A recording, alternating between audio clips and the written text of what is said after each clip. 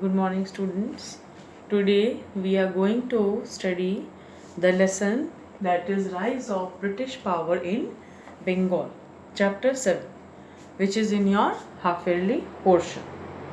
We know about the advent of the British in India. As the Britishers first came to India as traders in the 17th century, and by the middle of the 19th century they acquired and succeeded in attaining a strong position in India. Though they entered in 17th century as just traders or as merchants, but slowly they acquired such a position that no one could remove them from there. So, in this scramble for political power, the fight for political power, the conquest for the political power in Bengal, it proved to be an important position. It proved very important. It set the stage for further conquests and established the British as the rulers in India. The English East India Company, which entered in 1600 Common Era, a company which was popularly known as the English East India Company. English East India Company, first the Britishers entered in India with the main target and aim of first entering as traders. They started to slowly interfere in the political matters. Sometimes in the factory production also they started to apply their own ideas. They started to help the rulers in the factory system. So slowly they started to understand the administrative and the industrial setup of India and the power, industrialized position and power of India. That how much modernized and how much their technique are towards the new technologies. So they started to read the weaknesses of also in India, that how the rulers and how the provincial governors were having conflict and rivalries within themselves. So, taking the profit from this situation only, they started to understand the situation, and taking profit from this situation, they started to slowly enter into the powers and positions of Indians' authority and started to help them in their authoritative matters. So, the English East India history, briefly it is mentioned in your book, you have to study briefly only. It was just the background of the talking about the Britishers. In 1600 Common Era, a company popularly known as the English East India Company was established by the small group of British merchants who actually came to India as a trading purposes, but slowly and slowly seeing the richness and such you can tell glories in raw materials, because raw materials was the real wealth which India could provide at that situation to the Britishers and to the British markets, to the British industries which was required at that situation, and with a very cheap and low cost they can attain this very easily from India. Through the trade routes they can supply their raw materials to their own nations very easily without any hindrances. So the Queen of England, Elizabeth I, granted the company exclusive right to trade with the East. The company made enormous profits by buying Eastern goods and then selling them at high prices in the European markets, as it was planned by them. So the Queen received a share of the company's profit from there. Hence, the English East India Company set up its first factory at Surat in 1612 Common Era. It was, underline it. Please underline it, it's important. Keep your test books in hand, students. It was a trading settlement consisting of a warehouse for goods, an office for keeping records, and residential quarters for servants, employees of the company was required. Nothing was manufactured in factories, nothing was manufactured like that. And by 1623 Common Era, the British had established factories in Surat, Bhuj, Ahmedabad, Agra, and Mazulipata. Sir Thomas Roe, the British ambassador to the court of Jahangir, had obtained many trade concessions for the company from the Mughal emperor. In 1639 Common Era, Madras was given to the British by a loyal ruler. They established a trading settlement which they fortified and named it as Fort St. George. And in 1688 Common Era, Charles II gave company at a nominal rent of £10 per year and the island of Bombay. And in the course of time, Bombay became the chief settlement of the British on the western coast. In 1690, because this island, this particular Bombay, the court provided the very good trading link with their own region and nation, the western coast of India. So in 1690 Common Era, a British trading settlement was established and fortified forts were built in Calcutta. So it was named as Fort William. Madras, Bombay, and Calcutta became the headquarters of the British settlements in the southern, western, and eastern regions, respectively. Each of these headquarters, known as presidencies, was placed under the charge of a governor. By the beginning of the 18th century, several British trading companies had joined together and formed one company called the United Company of Merchants of England trading to the East Indies. The French East India Company now was established.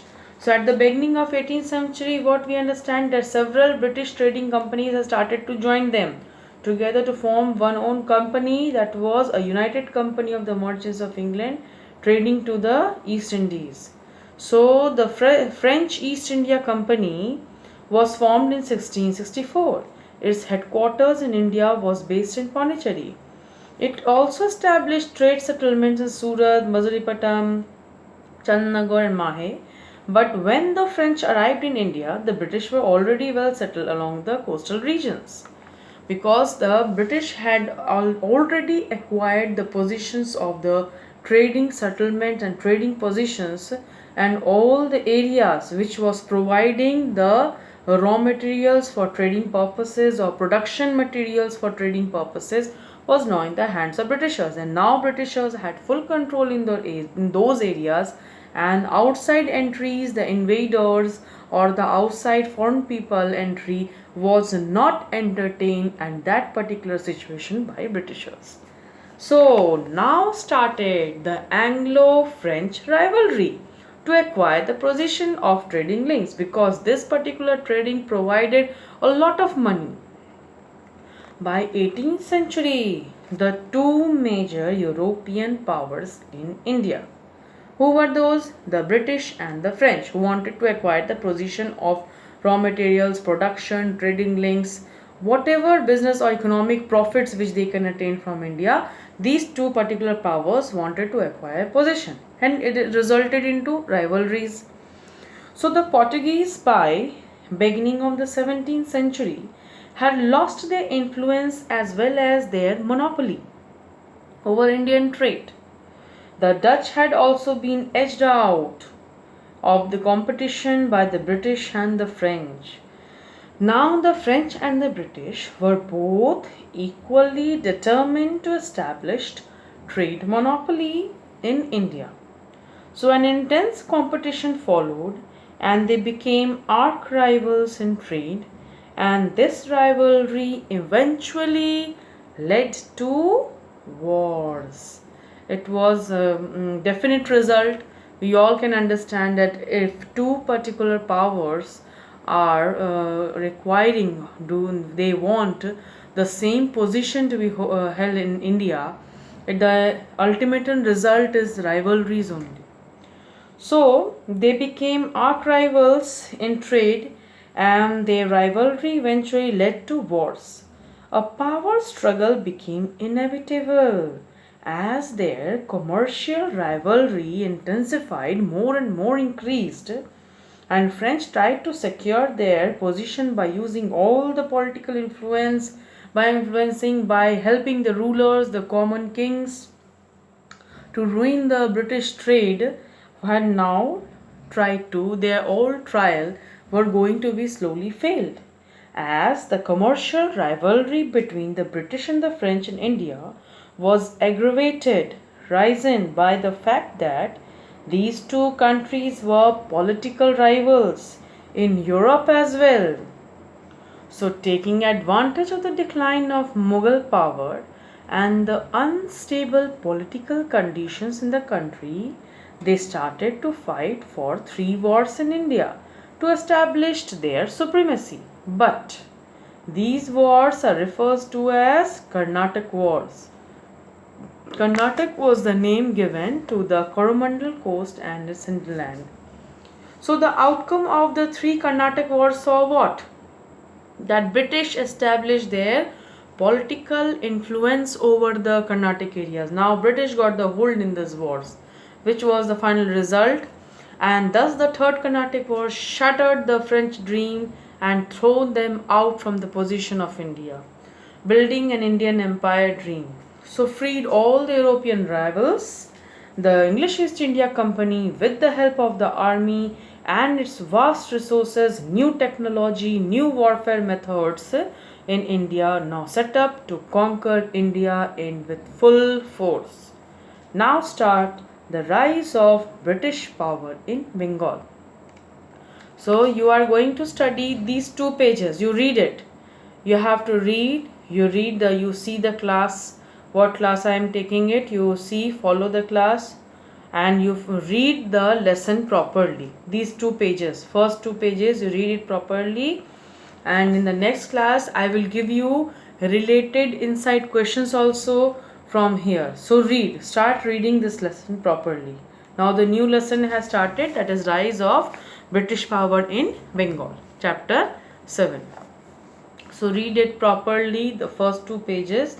Now today I am only giving you 2 pages to read at home and understand, and related questions I will give you in the next class. So today only you read and understand it. So rise of British power in Bengal. Now Bengal in the 18th century was the richest and the most fertile province in India. Very fertile, known as the paradise on earth. The province of Bengal attracted a huge number of traders from Holland, France, and England. European trading companies from these countries established trading settlements in Bengal, which became a profitable base for their trade and commerce. The largest and the most prosperous of the European settlements was the British settlement at Calcutta. In 1717, the Mughal Emperor Farrukh Siyar issued a farman. What is that farman? That was the official statement given by the Mughals, in that granting the East English India Company and the right to carry out duty-free trade, which was the biggest mistake of this ruler, because through this the English East India Company very freely, without any restriction, without any area restriction, amount restriction, without any tax payment, duty-free trade was allowed in Bengal, Bihar and Orissa. This meant that company could export and import goods from and to these provinces without paying any taxes. There was no restrictions of government. That means on the border, when the goods are getting goods are getting export and goods are getting import, the tax, the checking point was all taken out from the hands of the Britishers. They were very free to take out the import materials outside, and they can enter the export materials inside very easily without any checking, without any restrictions. So this was not a very good thing. This was a very biggest mistake. By giving full power to the Britishers, they were given the right to issue passes or dastaks for free movement of their goods. Very easily they can move. How many amount of goods is going out from India? No checking point was there for them. So employees of the company were permitted to carry on private trade also, but they were not entitled to company's privilege. Now of duty-free trade. Now what is the statement explaining that the employees of the company were also given certain permissions to carry out their personal private trade. Through that trade, that particular employees were also getting some profits. So here company is also getting profit, employees are also getting the profits. So they had to pay taxes like other Indian merchants. Like how the other Indian merchants were paying the minimum taxes, like that they were paying to the officers. So the company made enormous profit in the course of the time, and company began to interfere in local politics. They started to enter into court politics of India. They started to enter into administrative purposes, administrative regime. The rules, regulations which were all forwarded by the Indian rulers were now entering the Britishers in their prospect of administration, which was not very good for India. It was a clear entry that now the Britishers are slowly entering and conquering their position in all the matters of the Indian politics. So company made enormous profit. In the course of time, company began to interfere in local politics of the Indian rulers. By supporting one ruler against another, they were actually creating a conflict. It's not so. You can't understand. When they are supporting a particular ruler, suppose of any other country, and they are actually plotting, instigating, doing spy work against the other particular ruler of other kingdom, and they were just creating internal conflicts and fight between those two rulers, and they were taking all the profits from there. So by supporting one ruler against another, they made territorial, monetary and political gains from there. Their interference soon turned into active involvement, and they established the foundations of British rule in Bengal by the middle of the 18th century. And thus, in 1756, the Nawab of Bengal, Aliwadi Khan, died and was succeeded by his grandson, Siraj-ud-Dawla, who wanted to curb the growing power of the British. He wanted to control it. He started to understand the growing power and growing prestige of the Britishers, where their power and prestige are going down. So Siraj-ud-Dawla's task was not an easy one, since he had many enemies now in hand, because already Britishers had acquired a very strong position till now. So both within and outside the court also. And that made his position very insecure and also unstable, and any time it was a danger for his own administrative position. So Siraj ordered the British to pay taxes to him. This was the first step which he did, like all the other Indian merchants. So he gave the British the restrictions. When the taxes is there, the counts of goods is there. On particular counting of goods, the amount, the quantity of goods, the taxes are taken from them. So here checking of the goods, that how much goods are getting transported, that means exported and imported, that checking through the taxes is understandable, that how much taxes is coming into the government's account. From there they can understand this is the export taxes collected, this is import taxes collected. So here they can keep a balance. but that was at the time the previously taken out under that five Farooq. But here Siraj-ud-Dawla tried to maintain that balance, tried to maintain the checking point. Siraj ordered the British to pay the taxes to him like other Indian merchants. The Britishers refused to do so as they had got the habit of not paying taxes, no checking point. They were full free. The habit they have got, they got that power, the lust, and thus this was the main anger which the young Nawab got. He was very angry that how they told no in our land, coming in our land, acquiring the position here, using our goods only for exporting and importing purposes, how they can say no to the ruler to pay a tax. So in anticipation of a war, it was very sure, he was also very prepared that there will be a war. We have to wait for a war now.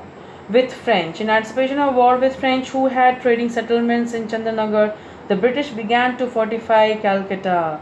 This amounted to an attack on the Nawab's sovereignty. That without the permission of Nawab, the forts were being built in Calcutta.